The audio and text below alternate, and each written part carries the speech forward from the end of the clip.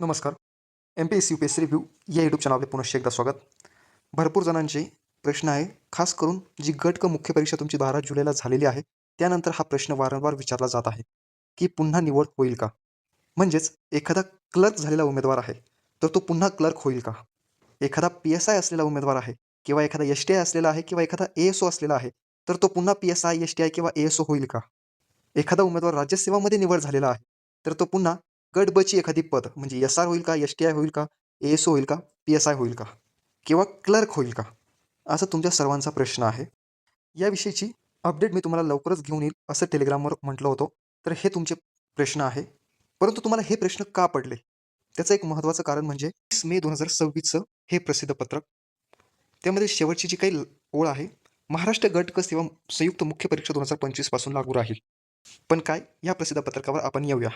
त्या अगोदर आयोगाचंच 13 मे 2026चं प्रसिद्ध पत्रक. याविषयीची चर्चा आपण मागील व्हिडिओमध्ये केलेली आहे. गट ब निकालाविषयी किंवा मेरिट लिस्ट लागणार आहे त्याविषयी. गट ब विषयी थोडक्यात मी सांगतो.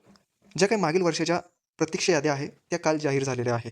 आता तुमचा गट बचा निकाल लागण्यासाठी कोणतीही अडचण नाही. लवकरच तुम्हाला गट ब मुख्य परीक्षेचा निकाल बघायला भेटेल. आणि व्हिडिओमध्ये म्हटल्याप्रमाणे ज्या पद्धतीने जर का एम-पी-एस-सीने निकाल लावला, तर कट नक्की कमीच असेल. पण बघूया काय होतात. निकाल त्याच पद्धतीने आयोगाला लावायचा आहे. परंतु त्याला पी-एस-आयचा एक अपवाद पण आहे. असो, निकाल लागल्यानंतर आपल्यासमोर सर्व बाबी येतीलच. येऊया आपल्या मुद्द्याकडे.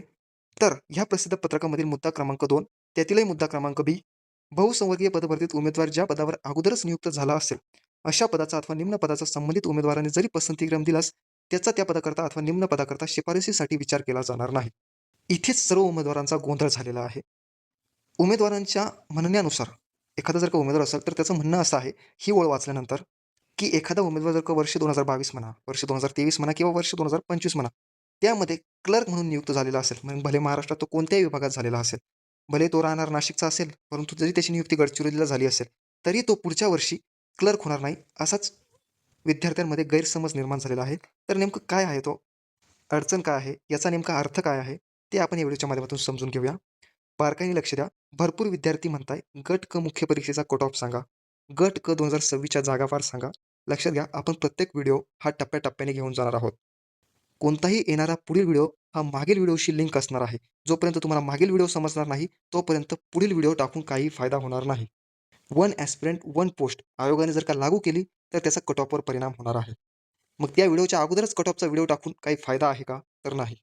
त्यामुळे प्रत्येक व्हिडिओ टप्प्याटप्प्याने जाईल. बारकाईने समजून घ्या. तुमचे सर्व व्हिडिओज येतील, एक्सप्लेनेशन सर्व व्हिडिओजमध्ये येतील.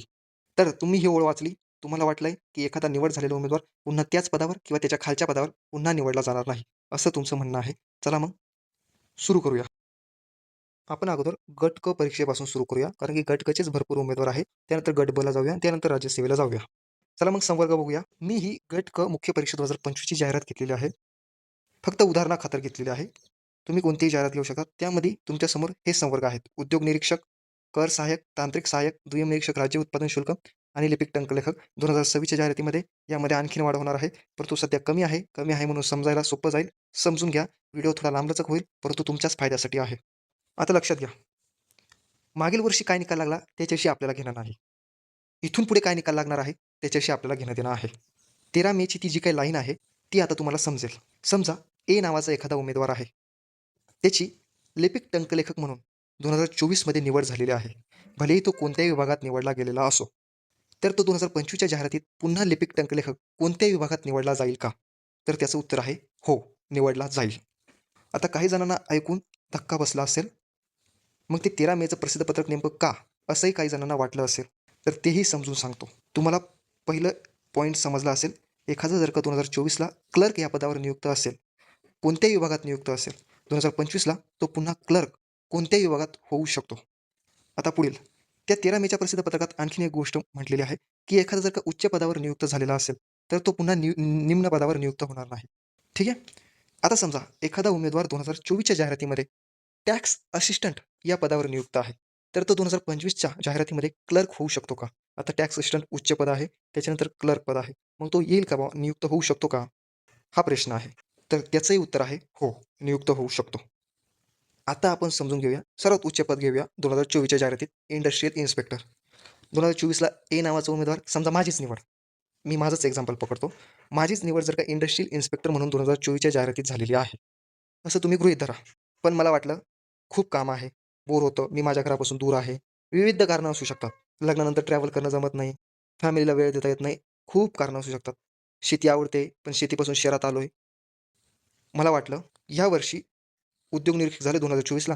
आता पुढच्या वर्षी चांगला अभ्यास करतो आणि उद्योग निरीक्षक होण्याचा प्रयत्न करतो. पण 2025ला मी परीक्षा दिली. मला मार्क्स कमी आले. मला मार्क्स इतके कमी आले, की मी डायरेक्ट क्लर्क पदासाठीच पात्र ठरलो. पण मला कोणतेही पद भेटो, मला माझ्या होम टाउनला जॉब करायचा आहे. मग ती क्लर्क जरी असली तरी चालेल. मग मी 2024ला जो उमेदवार इंडस्ट्रियल इन्स्पेक्टर म्हणून रुजू झाला होता, तो उमेदवार 2025च्या जाहिरातीमध्ये क्लर्क पदावर त्याची नियुक्ती होताना त्याला दिसत आहे. तर तो क्लर्क होऊ शकतो का? तर हो, होऊ शकतो. आता तुम्हाला मुद्दा समजला. मग त्या 13 मेच्या प्रसिद्धी पत्रकात नेमकं म्हणणं काय आहे? तर आता ते समजून घ्या. खूप बारकाईने समजून सांगत आहे. बोलण्यावर लक्ष असू द्या, कान तीक्ष्ण असू द्या. पुन्हा पुन्हा व्हिडिओ ऐका, तुम्हाला समजून जाईल. आता काय झालं? 2024चं गेलं ते गेलं. मला काय त्याच्याशी घेणं नाही. पण आता मी एक नवीन उमेदवार आहे. आता काय झालं? मी इतके टॉप मार्क्स पाडले, म्हणजे 330 मार्क्स पाडले आणि तुमच्या समोर जे संवर्ग दिसत आहे, किती 5 संवर्ग आहे. त्या 5च्या 5 संवर्गासाठी मी पात्र ठरलेलो आहे. म्हणजे मला माहिती आहे, की मी इंडस्ट्रियल इन्स्पेक्टरही झालोय, टॅक्स असिस्टंटही झालोय, टेक्निकल असिस्टंटही झालोय, काय आहे दुय्यम निरीक्षकही झालोय, क्लर्कही झालोय. आता आयोग माझ्याकडून प्रेफरन्स घेत आहे. आयोग म्हणतंय, "सांग बाबा, तुला 1 नंबरला काय ठेवायचंय?" मी म्हटलं, "जसं आता या लिस्टमध्ये दिसतंय, मी 1 नंबरला इंडस्ट्रियल इन्स्पेक्टर ठेवतोय, 2 नंबरला कर सहाय्यक ठेवतो, 3 नंबरला तांत्रिक सहाय्यक, 4 नंबरला दुय्यम निरीक्षक आणि शेवटी आपलं लिपिक टंकलेखक ठेवतो." ठीक आहे, आयोग म्हणतंय, "असं आहे काय? ठीक आहे बाबा, ठेव." आता आयोग बसलं रिकमेंडेशन यादी तयार करायला. आयोगाला माझं नाव समोर दिसतंय. आयोगाला माझे प्रेफरन्स समोर दिसताय. आयोग म्हणतोय, "हा इंडस्ट्रियल इन्स्पेक्टरने याने 1 नंबर दिलाय ना? ठीक आहे. याचं नाव टाक रे इंडस्ट्रियल इन्स्पेक्टरमध्ये, रिकमेंडेशन लिस्टमध्ये." चला, माझं नाव इंडस्ट्रियल इन्स्पेक्टरच्या रिकमेंडेशन लिस्टमध्ये गेलं. आता आयोग माझंच नाव बघतंय. याने 2 नंबरला कर सहाय्यक दिलंय. हां, हा उमेदवार आहे. याची आपण इंडस्ट्रियल इन्स्पेक्टरला नियुक्ती केली ना, याची रिकमेंडेशन शासनाला केली ना, चला आता हा उमेदवार बाजूला करा. इंडस्ट्रियल इन्स्पेक्टरची जागा भरली, ती बाजूला करा. हा उमेदवार आता पुढच्या कोणत्याही रिकमेंडेशन लिस्टमध्ये दिसणार नाही, याची काळजी घ्या. हे आयोगाचं काम. समजलं? मी एकदा एका पदावर जर का माझी नियुक्ती झाली, तर मी पुढील कोणत्याही त्याच वर्षाच्या रिकमेंडेशन लिस्टमध्ये येणार नाही. म्हणजे मी कर सहाय्यक, तांत्रिक सहाय्यक, दुय्यम निरीक्षक, लिपिक टंकलेखकाची जी काही रिकमेंडेशन लिस्ट लागेल, तिच्यामध्ये भलेही मला तोपचे तोप मार्क आहे. एकदा माझी दुय्यम निरीक्षकला नियुक्ती झाली, त्यानंतर मी या 4ही संवर्गाच्या भलेही मार्क असून सुद्धा रिकमेंडेशन यादीमध्ये तुम्हाला दिसणार नाही, जे 2024च्या जाहिरातीमध्ये तुम्हाला दिसत होते. विश्वास कसा ठेवायचा मग? तर एक काम करा. 2024ची तुम्ही कर सहाय्यकची रिकमेंडेशन यादी काढा. जनरल मेरिट लिस्ट नाही, प्रोव्हिजनल सिलेक्शन लिस्ट नाही. रिकमेंडेशन लिस्ट म्हणजे शिफारस यादी म्हणतोय मी. ती तुम्हाला एम-पी-एस-सीच्या वेबसाईटवर बघायला भेटेल. कर सहाय्यकची रिकमेंडेशन यादी काढायची. त्यानंतर लिपिक टंकलेखकची रिकमेंडेशन यादी काढायची. त्यामध्ये तुम्हाला एकच उमेदवार कर सहाय्यकसाठी सुद्धा रिकमेंड झालेला आहे आणि क्लर्कसाठी सुद्धा रिकमेंड झालेला आहे. म्हणजे तो उमेदवार त्याने ऑप्टिंग आउटही केली नाही. त्याने नो प्रेफरन्स सुद्धा दिले नाही. त्याला वाटलं आपण श्याम बहादूर आहोत. आपण तोपचे तोप मार्क घेऊन आलेलो आहोत. आपल्यात नैतिकता नाही. आपण त्या लायकीचे नाही. आपण समजूतदार नाही. आपण अभ्यास केलेला आहे. आपण महान कार्य केलेलं आहे. परंतु ज्यावेळेस तो सर्व्हिसमध्ये येईल ना, त्यावेळेस त्याला समजतं, की आपल्यावर सुद्धा पदं आहे. त्याची बरोबर तिथे जिरावली जाते. त्यामुळे खूप हवात जायचं काम नाही. तुम्ही फक्त गट क च्या पदासाठी पात्र ठरत आहात. तुमच्यात जर का धमक असेल तर यू-पी-एस-सी काढून दाखवा. मी हे प्रत्येकाला बोलत नाही. ज्याच्यात शहाणपणा आहे ना, त्यांना म्हणत आहे. जो पोऱ्या नो एनी प्रेफरन्स देतोय, तोपचे तोप मार्क घेऊन, तो काय माणूस नाही का? आपणच खूप काहीतरी कमवलं आहे का? मला सांगा, जर का तुम्हाला टॅक्स असिस्टंटची पोस्ट भेटत असल्यावर तुम्हाला क्लर्क पद सोडायला काय अवघड आहे? तुमच्यासारख्या माणसांमुळे शिफारस लवकर शासन करत नाही. एक गाढव मागील वर्षीच्या यादीत असं बघितलंय मी, जे इंडस्ट्रियल इन्स्पेक्टर किंवा माझ्या मते टेक्निकल असिस्टंट का कुठेतरी सिलेक्ट झालेलं आहे. ते क्लर्कच्या यादीत सुद्धा आहे, शिफारस यादीमध्ये. त्या गाढवामुळं एका जणाचं पिढी सुधारली असती, एका जणाचं कुटुंब सुधारलं असतं. ते सुधरवता नाही आलं त्याला आणि तो ₹8,00,000 मागणारा. त्याच्याविषयी काय बोलायचं? त्याच्यामुळे तर आता ते ऑप्टिंग आउट रद्द झालं. त्याच्यामुळे त्यालाही बोलून काही फायदा नाही. बरं झालं ते व्हायरल झालं. असो, असेच सडके लोकं समाजामध्ये असतात. त्यांना बाजूला सारून आपण त्यांच्यापेक्षा उच्च पद गाठण्याचा प्रयत्न केलेला कधीही चांगलं. पण काय असतंय, एखाद्याला जर का क्लर्कसारखी पद भेटली, तर त्याला एक कॉन्फिडन्स येतो. पुढील परीक्षा त्याच्यासाठी अवघड जात नाही. तो कॉन्फिडन्सने पुढील परीक्षा देतो आणि मागील परीक्षेपेक्षा चांगले गुण घेतो. हाच एक उद्देश असतो. त्यामुळे पुन्हा एकदा सांगतोय, जर आपल्याकडे एक पद, त्यापेक्षा चांगल्या दर्जाचं पद येत असेल, तर इकडे ऑप्टिंग आउट करा. आता ऑप्टिंग आउट तर पर्याय नाही, परंतु तुमच्याकडे नो एनी प्रेफरन्स हा पर्याय असेल. ज्यावेळेस तुम्हाला प्रेफरन्स निवडायला लावतील त्यावेळेस. त्यामुळे तिथे तरी डोकं चालवा. मागील वर्षी म्हणजे 2024च्या जाहिरातीमध्ये 178 लोकांनी नो एनी प्रेफरन्स दिलेला आहे. त्याच्यानंतर 98 लोकांनी ऑप्टिंग आउटचा पर्याय निवडलेला आहे. फक्त मेलविषयी बोलत आहे. फिमेल तर वेगळाच आहे. फिमेलसुद्धा आहे. त्यांची संख्या मी मोजलेली नाही. ह्या लोकांचे कौतुकच आहे. पण जे काही बावळट लोकं आहे, त्यांना 2-2, 3-3 पोस्ट घेऊन मिरवायचे असतात. त्यांना त्यांच्या लेकांना सांगायचं असतं, की "मी बघ तुझा बाबा इतका महान होता, की त्याने 3-4 पदं काढली." अरे पण हेही सांग, की तू गट कशी पदं काढली? माणसामधली हीच खोड मला आवडत नाही, की तो त्याची प्रत्येक पॉझिटिव्ह गोष्ट सांगतो. अरे एखादी निगेटिव्ह सांग बाबा, की माझ्यात पण असा तरी कमतरता आहे. मी अभ्यासात हुशार आहे, परंतु मला साधा वावरा ट्रॅक्टर चालवता येत नाही, हेही सांग. हा स्पोर्ट्सवाल्यापाशी जाऊन, एखाद्या खेळाडूपाशी जाऊन म्हणेल, "का बघ असा अभ्यास करायचा असतो." अरे पण तुला तिथे 300 मार्क्स लागतायत, त्याला तिथे 150-200च लागताय. याचं तुला आता सोडा चला. काय फुकटच्या लोकांपुढे ते करायचं ते करतातच. सांगायचा उद्देश असा, की जे ऑप्टिंग आउट करतात, आता ऑप्टिंग आउट नाही, नो एनी प्रेफरन्स देणार आहे, त्यांचं कौतुकच आहे. ऑलरेडी जर का पोस्ट होला, आता 2024 मध्ये भरपूर लोकं टॅक्स सेशन झालेले आहेत. यातील भरपूर लोकांनी 2024च्या जाहिरातीमध्येच ऑप्टिंग आउट केलेलं आहे. नो एनी प्रेफरन्सही निवडलेला आहे. आता ते उमेदवार पुन्हा 2025च्या जाहिरातीमध्ये सुद्धा आपल्याला opting out no any preference देताना दिसतील. कारण की ते परीक्षा दिलीच आहे त्या उमेदवारांनी सुद्धा. कारण की त्यांची अजून शिफारस झालेली नाही, काही लोकांची. असो, आपण मुद्द्यापासून भटकलो, परंतु पुन्हा मुद्द्यावर येऊया. बरं तो ऑप्टिंग आउट पर्याय रद्द केल्यामुळे आयोगाने हे 13 मेचं प्रसिद्ध पत्रक आणलं. आता 13 मेच्या प्रसिद्ध पत्रकाचा अर्थ तुम्हाला थोडक्यात का होईना समजला. आता एक शॉर्ट्समध्ये त्याचा अर्थ सांगतो, लक्षात घ्या. जो काही तो नियम आहे, तो त्याच जाहिरातीपुरता आहे. मागील वर्षी एखादा उमेदवार कोणत्या पदावर असो, तो काहीही असो, उच्च पदावर असो नाहीतर निम्न पदावर असो, त्याच्याशी आयोगाला घेणं-देणं नाही. जर 2024ची जाहिरात बघितली, तर एखाद्या उमेदवाराचं इंडस्ट्री इन्स्पेक्टरच्या यादीमध्ये नाव होतं, रिकमेंडेशन यादीमध्ये. त्याच्यानंतर त्या उमेदवाराचं कर सहाय्यकच्या रिकमेंडेशन यादीमध्ये नाव होतं. त्याच उमेदवाराच्या क्लर्कच्या रिकमेंडेशन यादीमध्ये नाव होतं. समजलं? म्हणजे त्याला फक्त इंडस्ट्री इन्स्पेक्टर ही एकच जागा हवी होती. परंतु त्याने 2 पोरांचा घात केला. समजलं? आयोग म्हणतंय, यावेळेस तुम्हाला तशी संधी दिली जाणार नाही. यावेळेस तू जर का प्रेफरन्समध्ये इंडस्ट्री इन्स्पेक्टर 1 नंबरला दिलेला आहे, तर तुझं नाव आम्ही शासनाकडे देऊ. "हां बाबा, हा माणूस उचलायचा आहे. तुम्हाला रिकमेंडेशन करायचा आहे. आम्ही रिकमेंड करतोय. याला तुम्ही घ्या इंडस्ट्री इन्स्पेक्टर म्हणून." परंतु त्याचं कर सहाय्यकमधून नाव वगळलं जाईल आणि क्लर्कच्या यादीमधूनही नाव आपोआप गायब केलं जाईल. समजलं? याने काय होईल, की जो काही ज्या उमेदवाराला त्याच्यामुळे पद मिळणार नव्हतं, ते आता मिळेल. हे फक्त ऑप्टिंग आउट रद्द केल्यामुळेच झालंय, हे लक्षात घ्या. जे ऑलरेडी 2024ला कर सहाय्यक म्हणून सिलेक्ट आहे, ते पुन्हाही 2025 मध्ये निवडले जाणार आहे. मग त्यांनी नो एनी प्रेफरन्स देऊन बाहेर पडा. हाच पर्याय आहे, कारण की तुम्हाला डायरेक्ट उडवता येणार नाही. समजलं? आयोगाला तुम्ही 2024ला काय केलं याच्याशी घेणं-देणं नाही. आता खूप महत्त्वाचं, क्लर्कच्या उमेदवारांसाठी लक्षात घ्या. एखादा ए नावाचा, चला मलाच पकडा. मी आहे 2024ला मला मंत्रालयीन क्लर्क म्हणून पद भेटलेलं आहे. ठीक आहे, मी मंत्रालयात क्लर्क म्हणून रुजू झालो. आता 2025ला मी असेच मार्क पाडले आणि मी क्लर्क पदावरच नियुक्त झालोय. आता मला भेटताना एस-आर क्लर्क भेटतंय. उदाहरणार्थ समजून घेऊया. मी मंत्रालय क्लर्क 2024ला झालो. आता यावेळेस परीक्षा दिली आणि यावेळेस भेटताना मला एस-आर क्लर्क भेटतंय. तर मी एस-आर क्लर्क होऊ शकतो का? तर होऊ शकतो. पण मला वाटतंय की नको. आता मंत्रालय क्लर्क भेटतंय, सेवाज्येष्ठतेवर परिणाम होईल, सिनियरिटीवर परिणाम होईल, विविध आणखीन कारणे आहेत त्याच्यावरही परिणाम होईल, जर का मी एस-आरला आलो तर. मग काय मंत्रालय तर मंत्रालय. आपण परत अभ्यास करू आणि याच्यापेक्षा उच्च पदावर जाऊ. जाऊया आता गरिबाला देऊ एखाद्या सोडून ते पद. असा मी विचार केला. तर मग मी या भरती प्रक्रियेतून बाहेर कसा पडेल? तर त्याच्यासाठी माझ्याकडे एक पर्याय उरतोय. तो म्हणजे नो एनी प्रेफरन्स. ज्यावेळेस आयोग माझ्याकडून प्रेफरन्स मागेल, त्यावेळेस जर का मी नो एनी प्रेफरन्स दिला, तर मी आपोआप भरती प्रक्रियेतून जी काही रिकमेंडेशन लिस्ट यादी लागेल, त्यामधून आपोआप मला बाहेर फेकलं जाईल. ठीक आहे? आणि मग माझ्या खालचा जो काही उमेदवार असेल, त्याला वर चढवलं जाईल. पण मी तिथूनही बाहेर पडलो नाही, तर काय होईल? तर आयोग मला 2-3 कॉल करेल, माझी शिफारस केल्यानंतर. आयोग नाही, ते विभाग मला कॉल करेल. मी त्यांना सांगेल, "नाही बाबा, आपलं मंत्रालयात सिलेक्शन व्हायलंय मागील वर्षी 2024ला. आता मला काही घ्यायचं नाही एस-आरचा विभाग." मग तो विभाग आयोगाकडे वेटिंग लिस्टमधून शिफारस यादी पाठवेल.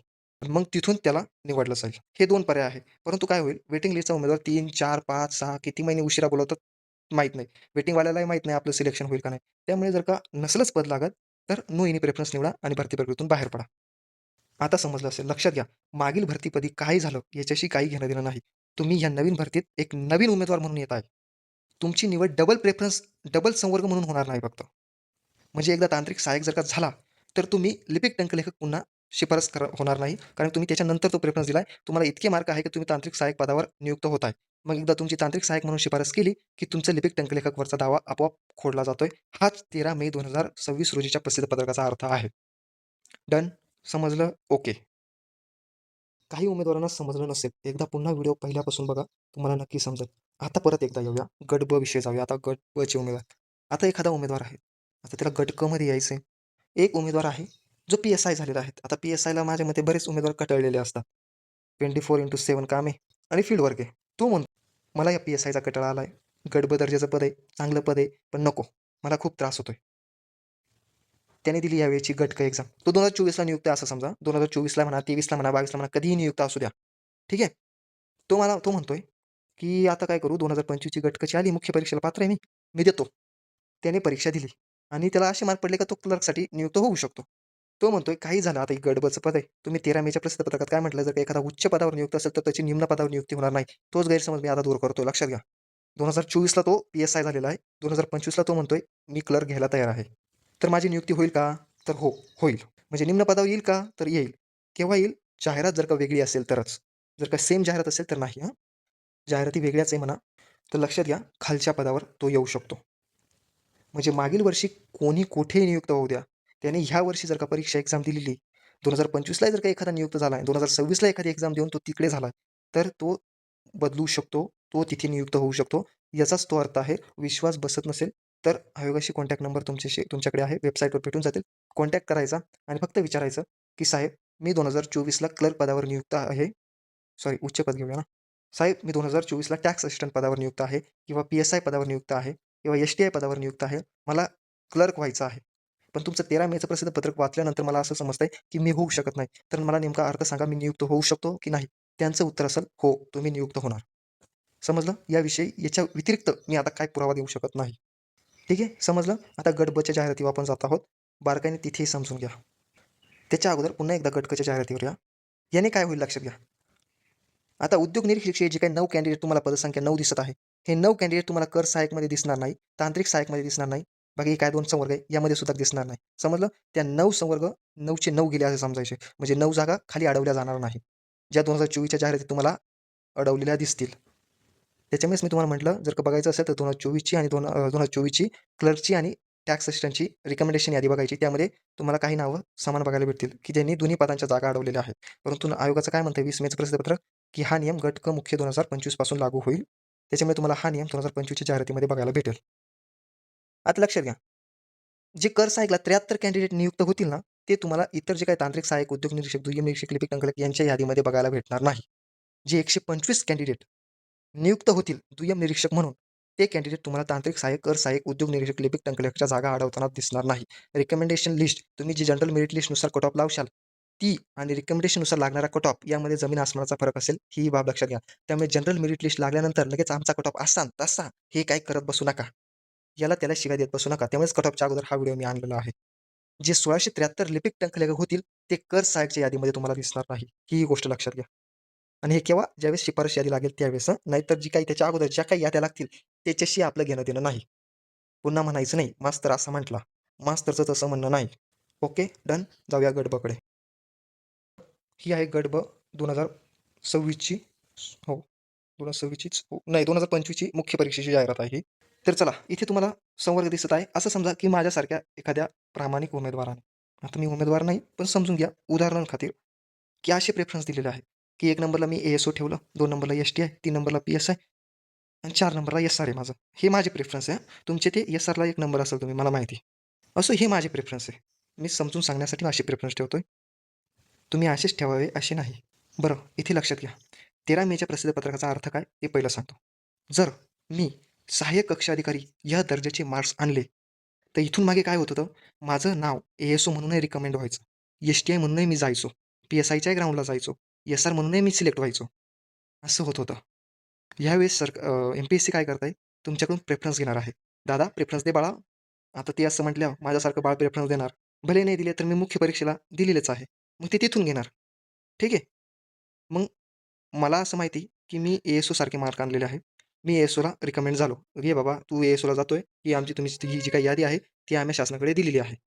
तुझा आणि आमचा विषय संपला." मग काय होईल, की इथून मागे जर का मी इथून मागे परीक्षा दिल्या असत्या 2024ला दिली असती, 23ला दिली असती, तर माझं रिकमेंडेशन एस-टी-आयच्या यादीत सुद्धा कसतं, पी-एस-आयच्या यादीत सुद्धा कसतं. मी त्यासुद्धा जागा अडवल्या असत्या आणि त्या मुलाचा घात केला असता. पण एम-पी-एस-सी म्हणते तो चान्स आता आम्ही देत नाही. 2026च्या जाहिरातीत हा बदल झालेला आहे. 25ला कदाचित अंमलबजावणी केली तर ठीक आहे. मी मागील व्हिडिओमध्ये चर्चा केलेलीच आहे.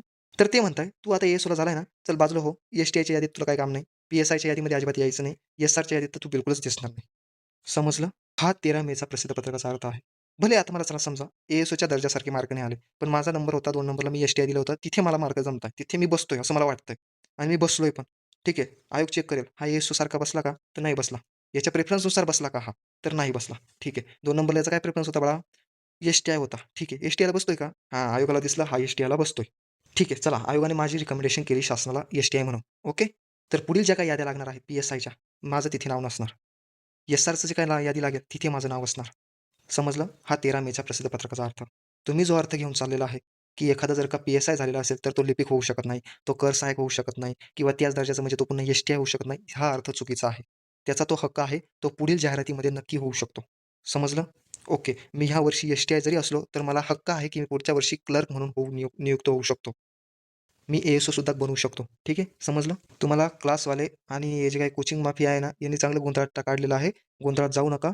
हा संविधानिक अर्थ आहे. कोर्टामध्ये जर का तुम्ही याच्या विरोधात गेला, तर कोर्ट पहिलं ते आयोगाला झापेल आणि मग उमेदवारांना झापेल. म्हणशील तुम्ही अशी अपेक्षा काय करू शकता?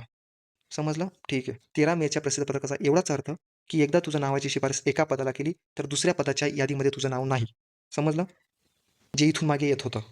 नेक्स्ट, एखादा राज्यसेवेचा उमेदवार आहे, तो गट बचं एस-आर पद घेऊ शकतो का? तर हो, घेऊ शकतो. तो त्याचा अधिकार आहे. समजलं?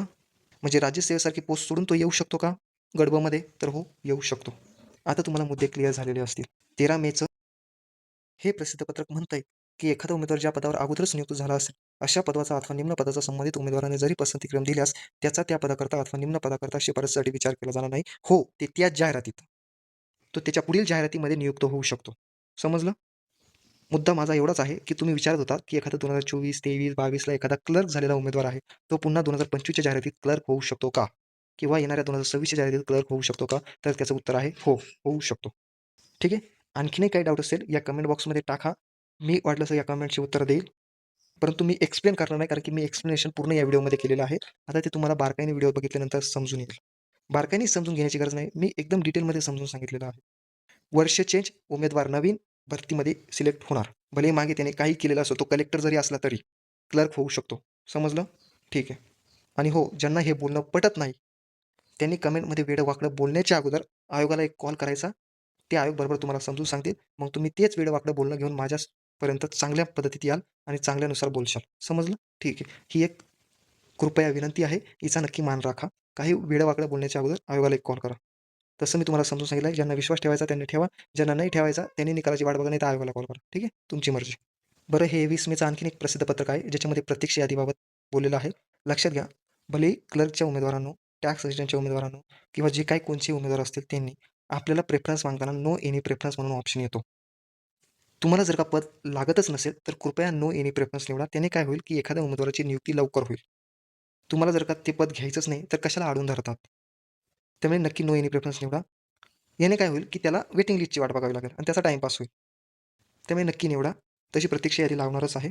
परंतु तरी थोडं आपलं जे काही दिल आहे, काय म्हणतात हृदय, त्या हृदयाची जर का काळजी असेल, तर नक्की हा डिसिजन घ्या. म्हणजे तुमच्या हृदयाला नेहमी वाटत राहील, की मी काहीतरी चांगलं काम केलं होतं. त्यामुळे काय जे तुमचं भविष्यात तोटा होईल, तो नाही होणार. असो, प्रत्येकाची मर्जी असते. भलेही ही 2 ऑप्शन रद्द केले आहे, ऑप्टिंग आउट आणि गिव्ह अप. तरी तुमच्याकडे नो एनी प्रेफरन्सचा ऑप्शन आहे.